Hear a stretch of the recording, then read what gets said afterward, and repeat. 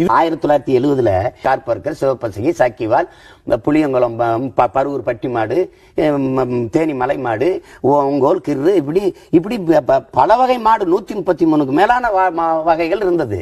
7 கோடி மாடுனா ஒரு வீட்டுக்கு ஒரு மாடு வருது சராசரி. இன்னைக்கு 7000 பசுமாடு இருந்துட்டா வியப்பு. பசுமாடு இல்ல, இருந்தா வண்டி மாடு இருக்கு.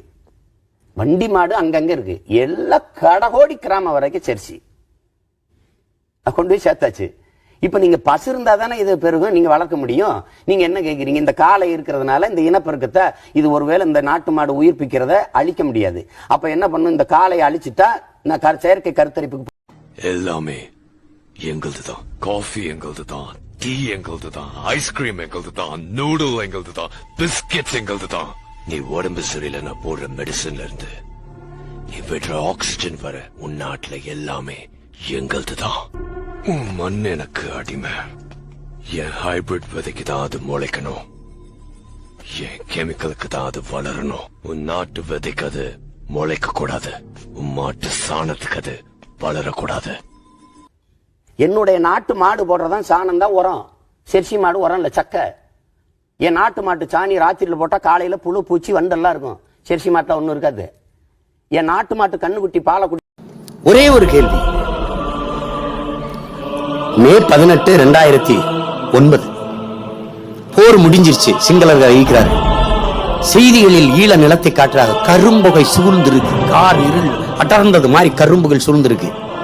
பிரபாகரன் இறந்து விட்டார் பத்திரிகையில் சொல்லுது. தமிழ் இனத்திற்கு தலைவர், தன்பான தலைவர், தானே தலைவர், டாக்டர் கலைஞர், ஒப்பற்ற தலைவர், உலக தலைவர் யாரு? ஐயா தான்.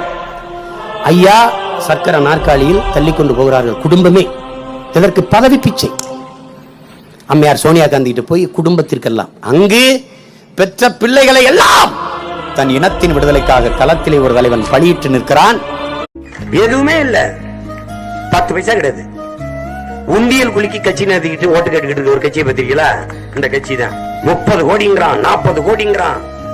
காசு கொடுக்கிறவனை நீ எப்படி நம்புற? திருட்டு பயலுக்கு எப்படி அதிகாரம்?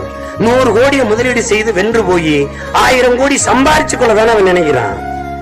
ஒரு முதலீட்டை செய்கிற முதலாளி லாப தேவைக்காக செய்வானா, மக்கள் சேவைக்காக செய்வானா? இந்த கேள்வி படித்த இளைஞர்கள், அறிவார்ந்த எனது பெற்றோர்கள் சிந்திச்சு பார்க்கணுமா? இந்த அயோக்கிய பயலுங்க எப்படி ஊரை அடிச்சு எப்படி இந்த காசு வந்துச்சு? இதுல என்கிட்ட சொல்றது என்னப்பா விடுப்பா, நம்ம காசு தானே. அவன் கொடுக்கிற காசு நம்ம காசு, நம்ம காசு தான் அம்மா, நம்ம காசு நம்ம